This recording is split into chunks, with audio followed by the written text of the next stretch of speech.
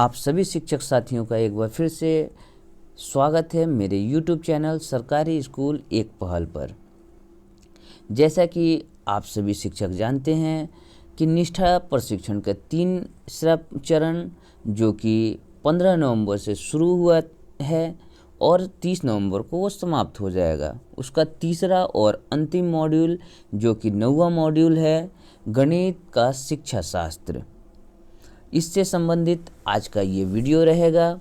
Video के अंत में आप अपनी प्रक्रिया ज़रूर देंगे। अगर आपने मेरे चैनल सरकारी स्कूल एक पहल को अभी तक सब्सक्राइब नहीं किया है तो सब्सक्राइब ज़रूर करें तथा बेल आइकन को दबाना न भूलें। वीडियो को अधिक से अधिक अपने दोस्तों, शिक्षक साथियों में शेयर करें ताकि इस मॉड्यूल से संबंधित जो भी उनको प्रॉब्लम है उसका समाधान हो सके। तो चलिए आज के इस वीडियो में हम जानने की कोशिश करते हैं कि शिक्षा शास्त्र में गणित का क्या महत्व है। गणित की अपनी स्वयं की भाषा होती है। यह अमूर्त से मूर्त की अवधारणाओं के रूप में रूपांतरण है। इसका ज्ञान हमेशा स्पष्ट, तार्किक और व्यवस्थित होता है। गणित को रुचिकर बनाने के लिए भागीदारी, जुड़ाव, अवलोकन, परिकल्पना, भागीदारी, समस्या खड़ी करना, समस्या को सुलझाना इसके प्रमुख आवश्यक क्रियाएं हैं। नेशनल अचीवमेंट सर्वे 2017 के अधिगम परिणाम में कक्षा 3, 5, 8 के लिए गणित में राष्ट्रीय स्तर पर जो उपलब्धि बच्चों में थी उसका प्रतिशत कक्षा 3 के लिए 64%, कक्षा 5 के लिए 53% और कक्षा 8 के लिए सिर्फ 42% था, जो कि एक चिंतनीय विषय है। इसलिए गणित को एक तार्किक विषय के रूप में जाना जाता है। गणित रुचिकर है लेकिन बच्चे इससे दूर भागते हैं क्योंकि उन्हें ये सब्जेक्ट काफ़ी बोझिल लगता है। इसी से संबंधित निष्ठा की ट्रेनिंग कराई जा रही है ताकि बच्चों में गणित के प्रति उत्साह बढ़े और गणित के प्रति उनका लगाव बढ़े। तो चलिए हम चलते हैं मॉड्यूल की तरफ और देखते हैं कि मॉड्यूल में हमें क्या क्या पढ़ना है। अन्य मॉड्यूल की तरह गणित के शिक्षण शास्त्र में भी आपको मॉड्यूल अवलोकन, परिचय, पाठ्यक्रम की अपेक्षाएं और प्राथमिक स्तर पर गणित अध्ययन का प्रतिफल, अध्ययन रणनीति और मूल्यांकन, उच्च प्राथमिक स्तर पर गणित अध्ययन के उद्देश्य, उच्च प्राथमिक स्तर पर अध्ययन अध्यापन रणनीति का मूल्यांकन, सारांश, पोर्टफोलियो गतिविधि, अतिरिक्त संसाधन, प्रश्नोत्तरी और अंत में सर्टिफिकेट से संबंधित सूचनाएं आपको पढ़नी है। ध्यान रखेंगे आप सभी कंटेंट को एक एक करके आराम से पढ़ेंगे। किसी भी कंटेंट को हड़बड़ी में आप कभी ना भगा के देखें, तय समय में आप कंप्लीट कर लें।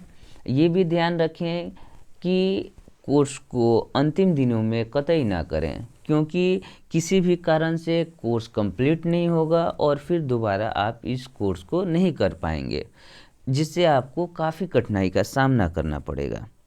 तो चलिए अब चलते हैं प्रश्नोत्तरी की तरफ और देखते हैं कि हमारा ज्ञान आखिर कितना डेवलप हो पाया है। प्रश्नोत्तरी का जो सबसे पहला क्वेश्चन है, इनमें से किसी गणित को आनंददायी बनाने की ज़रूरत नहीं है।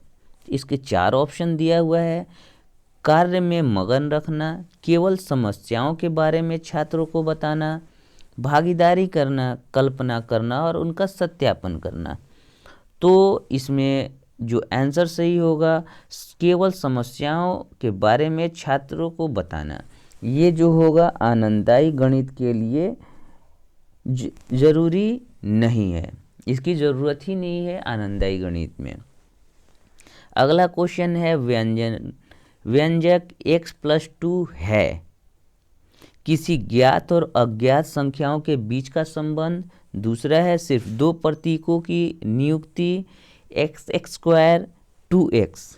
तो इस व्यंजक में दो संख्याएं हैं, एक ज्ञात है दूसरी अज्ञात। तो इसका सही उत्तर होगा किसी ज्ञात और अज्ञात संख्या के बीच का संबंध। अगला जो क्वेश्चन है, निम्नलिखित में से कौन सा विकल्प सही नहीं है। गणित सीखने में खेल का उपयोग किया जाता है। ऑप्शन है गणितीय समझ के लिए, बढ़ी हुई समझ के लिए, बच्चों की ऊर्जा और समय की बर्बादी के लिए, बच्चों की समस्या को सुलझाने की क्षमताओं के विकास के लिए समर्थन, गणित के प्रति बेहतर रवैया के लिए। तो जो इसका सही उत्तर होगा, बच्चों की ऊर्जा और समय की बर्बादी। खेल के माध्यम से जो गणित पढ़ता है वो काफ़ी लंबे समय तक बच्चों के जहन में रहता है। तो ये जो आंसर होगा ये इसके लिए सही होगा। अगला क्वेश्चन है, संदर्भ पर विचार करें। एक पेड़ के नीचे एक आदमी अपनी बाईं ओर 15 मीटर चलता है और उसी स्थान पर एक और व्यक्ति अपनी दाईं ओर 20 मीटर की दूरी पर चलता है। अवनी और शुभम 5 मंजिला इमारत की तीसरी मंजिल पर खड़े हैं। अवनी चौथी मंजिल की ओर 15 कदम ऊपर चलती है और शुभम 15 कदम दूसरी मंजिल की ओर जाता है। सविता ने बैंक से 10,000 रुपये निकाले और रमन्ना ने बैंक में 5,000 रुपये जमा किए। तो इसको बताना है आपको, इसमें कौन सा संदर्भ आपको दिखाई दे रहा है। पूर्णांक का संदर्भ, लाइन का संदर्भ, चर का या अंश का। तो आप इसमें देख रहे हैं जो भी संख्याएं हैं वो पूर्णांक हैं। तो इसमें पूर्णांक का संदर्भ दिख रहा है, तो इसका आंसर होगा पूर्णांक। अगला है, इनमें से कौन सा बयान सही नहीं है। गणित की पढ़ाई करते समय बच्चे सीखते हैं। तो इसका सही उत्तर होगा, पहले ऑप्शन जान लेते हैं।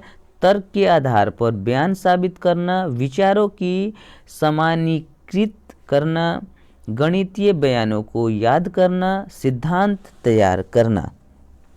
तो इसका सही उत्तर होगा गणितीय बयानों को याद करना।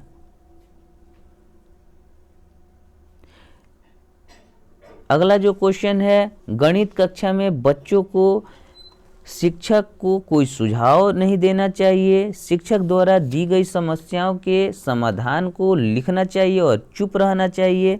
गणितीय अवधारणाओं के बारे में उनके विचारों को पेश कर और चर्चा करना चाहिए। और चौथा ऑप्शन है, अध्याय के अभ्यास से सवालों के अलावा कुछ और नहीं पढ़ाना चाहिए। तो इसका आंसर होगा गणितीय अवधारणाओं के बारे में उनके विचारों को पेश कर और चर्चा करनी चाहिए।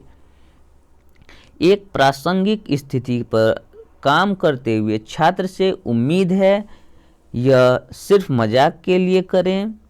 इनमें शामिल गणितीय सिद्धांत को पहचान करें। अध्यापक जोर देता है इसलिए करें, परीक्षा में लिखने के लिए करें।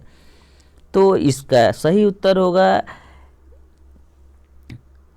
इसमें शामिल गणितीय सिद्धांत की पहचान करें।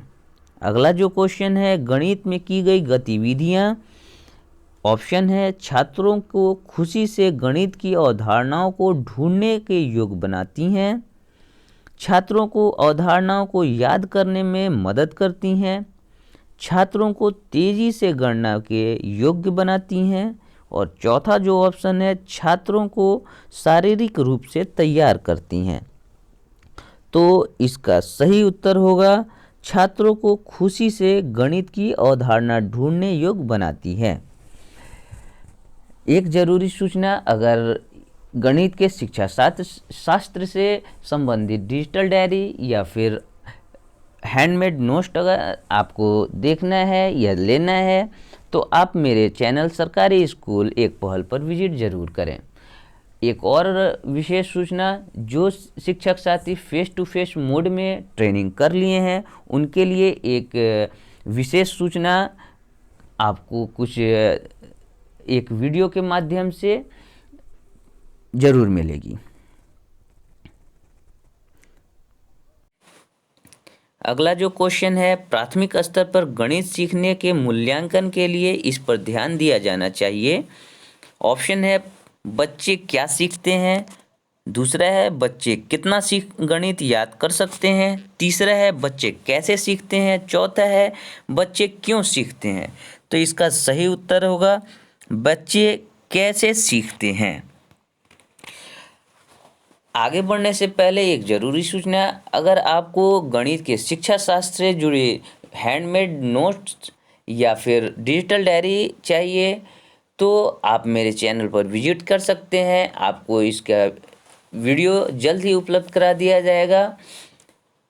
तो बढ़ते हैं अगले क्वेश्चन की तरफ। गणित यह विकसित करने में मदद नहीं करता है, शारीरिक शक्ति, कल्पना, अमूर्त सोच, तार्किक विचार। तो गणित जो है कल्पना, अमूर्त सोच और तार्किक विचार तीनों को विकसित करने में मदद करता है, लेकिन शारीरिक शक्ति को विकसित करने में मदद नहीं करता है।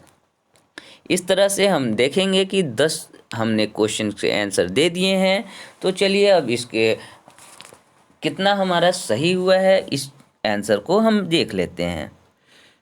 जैसे ही हम सबमिट करेंगे आपको देख रहे हैं कि 10 में 10 सही है। अगर आप मेरे YouTube चैनल पर नए हैं तो चैनल को सब्सक्राइब करना ना भूलें। अपने दोस्तों में मेरे चैनल को अधिक से अधिक शेयर करें। वीडियो को पसंद आए तो लाइक, कमेंट, शेयर करना ना भूलें। धन्यवाद।